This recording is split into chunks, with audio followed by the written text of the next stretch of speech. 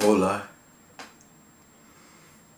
Now, if you're watching this video, you might be already familiar with the preterite, regular preterite tense. And as you may know, it is a past tense form. It's a past tense. Right? There are a couple of different past tenses in Spanish. Well, that's for another video. But the preterite also has some verbs that contain irregular forms. Now, sometimes the tough part for people learning this is that there are a lot of words that are irregular, but at the same time, the good news about irregular preterites is that there are certain patterns that you can follow for certain verbs, and they also, almost all of them use the same conjugation ending. So I'll start with that.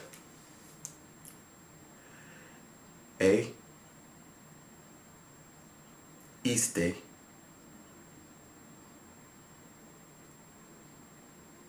o, imos, isteis, ieron. So almost all of them use this type of form, and so let's talk about some of those categories. Let's talk about the types where a U suddenly pops up, and there's a couple verbs, major verbs that do that, and we'll talk about those first. Tener, and its root is going to be tuv. Estar, estuv. Andar, anduv. Poner, pus. And poder, pud. So with those U types, that should get you started.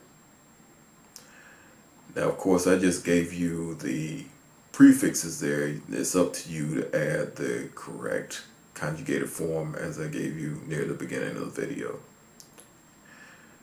As a matter of fact, let me give you an example now. Let me use tener. Yo tuve, tú tuviste, él, ella, usted tuvo, nosotros tuvimos, vosotros tuvisteis, ellos, ellas, ustedes tuvieron. So you're going to run into those same endings for basically every irregular preterite verb that you see. So those are the U types. There's another big category, and this irregular occurs when typically the verb has the last three letters CIR. So there's quite a few of those, and for some reason traer, which doesn't have CIR as its last three letters, is under this category as well. And what happens? Well, we're going to replace the C with a J.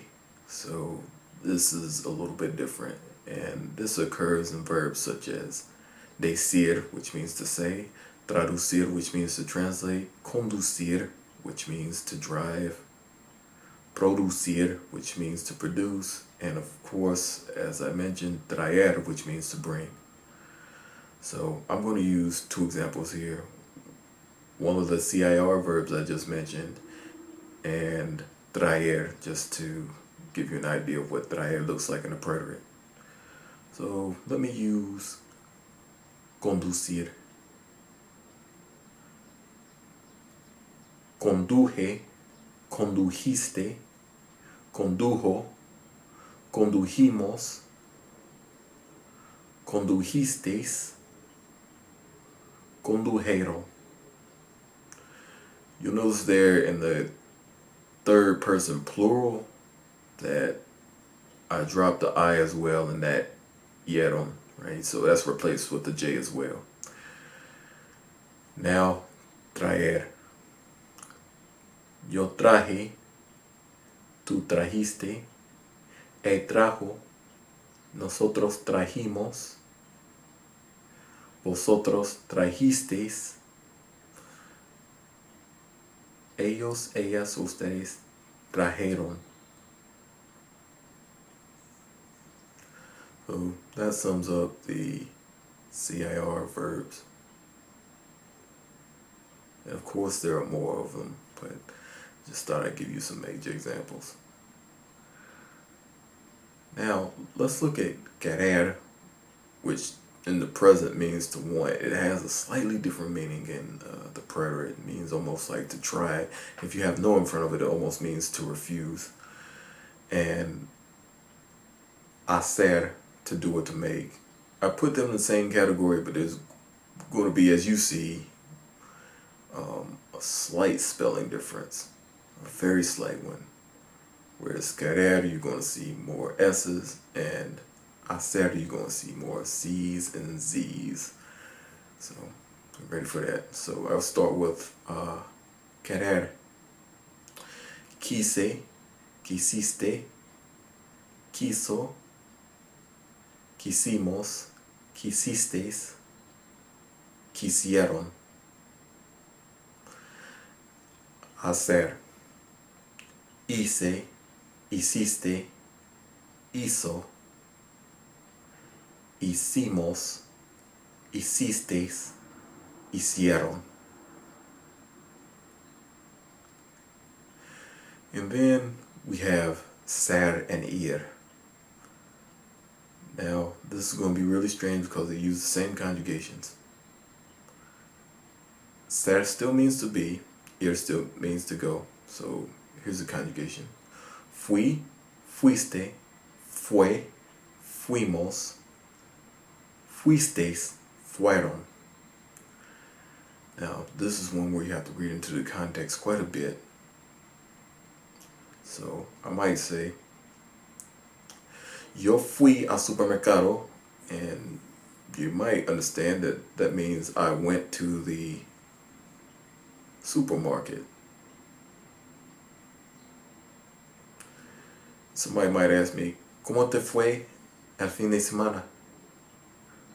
How did your weekend go? And I might say, fue divertido. It was fun. So that one, you're going to really have to read in the context and understand what's going on in a particular conversation. But that sums up irregular preterite for us. Let me also add in dar, which means to give. That's another irregular one. Di, diste, dio, dimos, disteis, dieron. And having more questions, I may bring out another more detailed video, but this should get you started. Adios.